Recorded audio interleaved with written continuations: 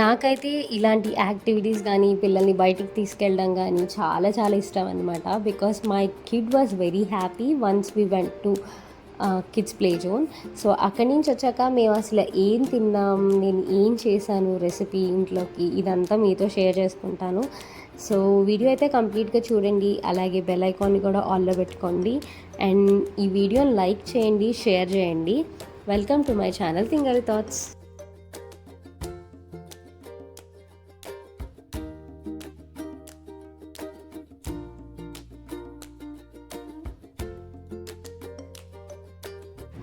Hello అండి, video చూడడానికి వచ్చిన వాళ్ళందరికీ thank you so much. Video కంప్లీట్గా చూడండి. అండ్ నేను షేర్ చేసే ఈ బ్యూటిఫుల్ రెసిపీస్ అన్నీ కూడా మీరు మీ ఫ్యామిలీతో ట్రై చేయండి. మేమైతే మా పాపను తీసుకుని కిడ్స్ ప్లే జోన్కి వెళ్ళాం. రెయిన్బో అంట దీని పేరు, పాలకొల్లో ఉంది. అండ్ ఇక్కడ కాస్ట్ కూడా చాలా రీజనబుల్ అనమాట. పర్ అవర్ 200 తీసుకుంటున్నారు అండ్ పర్ పర్సన్ 200 1 అవర్కి. అండ్ చిన్నపిల్లలు ఉన్న వాళ్ళకి ఇది చాలా చాలా హెల్ప్ అవుతుంది. అక్కడ చాలా కలర్ఫుల్ థీమ్స్ ఉన్నాయి, చాలా కలర్ఫుల్ బ్యాక్గ్రౌండ్స్ ఉన్నాయి. సో మనం వాళ్ళని ఆ కలర్స్ త్రూ ఎడ్యుకేట్ కూడా చేయొచ్చు, ఏ కలర్ ఏంటి అనేది. ఇంట్లో మనం చెప్తూనే ఉంటాము, దట్ ఈస్ ఓకే. బట్ ఇలా బయటికి తీసుకెళ్ళడం వల్ల వాళ్ళు కూడా చాలా ఎంజాయ్ చేయడానికి ఛాన్స్ ఉంటుంది. అండ్ మా పాప అయితే చాలా చాలా ఎంజాయ్ చేసింది, మీరే చూడొచ్చు. She is very happy. And తను ప్రతి గేమ్ ఆడడానికి చాలా ఇంట్రెస్ట్ చూపించింది అనమాట. You can see her how happy she is. And నాకైతే చాలా చాలా బాగా నచ్చింది. కాస్ట్ కూడా రీజనబుల్గానే ఉన్నట్టు అనిపించింది. మనం ఎప్పుడు గ్యాడ్జెట్స్తో ఉంటాము, లేదంటే టీవీ పెట్టేసి కోకోమిలనో లేదా ఇంట్లోనే వాళ్ళకి ఏదో ఒకటి ఎడ్యుకేట్ చేయడమో చేస్తాము. ఇవన్నీ ఓకే, బట్ కానీ ఇలా చేయటం వల్ల కూడా వాళ్ళకి బయటకు వెళ్తే ఆడుకోవాలి అని కూడా తెలుస్తుంది, వాళ్ళకి అవగాహన వస్తుంది. అండ్ మా పాప వచ్చేసి చాలా యాక్టివ్ ఉంటుంది. సో అందుకే అనుకుంటా she enjoyed a lot. She is below 1 year. And మేమైతే ఇక్కడ చాలా బాగా ఎంజాయ్ చేసాము.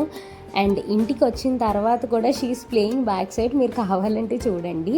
అండ్ వన్స్ మేము ఇంటికి వచ్చేసిన తర్వాత we prefer to make paneer dosa. So దానికోసం నేను ఈ ప్రాసెస్ని చాలా ఈజీగా ఎలా చేశానో మీకు చూపిస్తాను. ఫస్ట్ అయితే నేను ఒక పనీర్ ప్యాకెట్ తీసుకున్నాను. అండ్ అది కంప్లీట్గా కూడా వాడక్కర్లేదు, మీరు ఒక హాఫ్ వాడితే సరిపోతుంది. ఇంట్లో 2 persons ఉంటే, ఒకవేళ 4 persons అలా ఉంటే మీకు ఖచ్చితంగా ఒక కంప్లీట్ ప్యాకెట్ పడుతుంది. సో నేనైతే ఈ పన్నీర్ తీసుకున్నాను కదా, దీన్ని హాఫే వాడుతున్నాను. దీన్ని గ్రేట్ చేసేసాను అనమాట. మిక్సీలో మాత్రం వేయకండి, అప్పుడు అది పేస్ట్ అయిపోతుంది. ఇలా గ్రేట్ చేయటం వల్ల ఇది ఒక మంచి తురుములా వస్తుంది. నేనైతే దీన్ని గ్రేట్ చేసి పక్కన పెట్టుకున్నాను.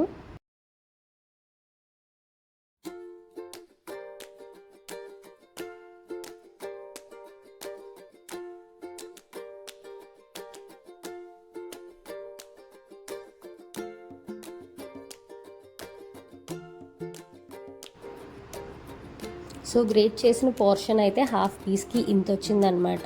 స్మాల్ ఫ్యామిలీకి ఇది సరిపోతుంది. అండ్ ఒక క్యారెట్ తీసుకుని నెక్స్ట్ దాన్ని కూడా నేను బాగా తురుముకుని పక్కన పెడుతున్నాను.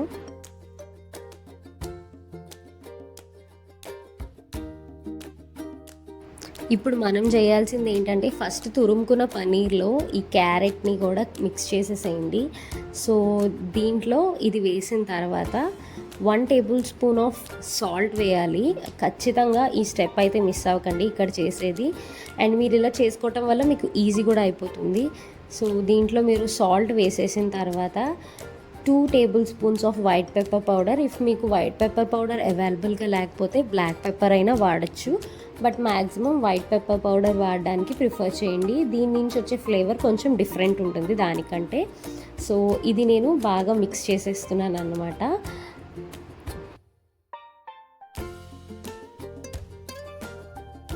సో నేను మిక్స్ చేసిన పోర్షన్ అయితే ఇది అనమాట. దీన్ని పక్కన పెట్టేసుకోండి, కుదిరితే ఫ్రిడ్జ్లో కూడా పెట్టుకోండి. సో మనకి అక్కడంతా హీట్ ఉండడం వల్ల పాడవకుండా ఉంటుంది. ఇప్పుడు నేనైతే దోశ వేసుకుంటున్నాను. సో వన్స్ దోశ వేసుకున్న తర్వాత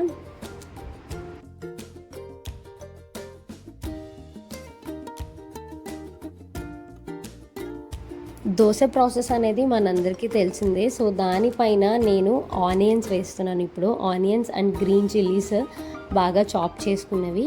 so once onions and green chillies వేసిన తర్వాత ఇదే దోశ పైన నేను ఆల్రెడీ మిక్స్ చేసి పెట్టుకున్న పనీర్ అండ్ క్యారెట్ కూడా వేసేస్తున్నాను.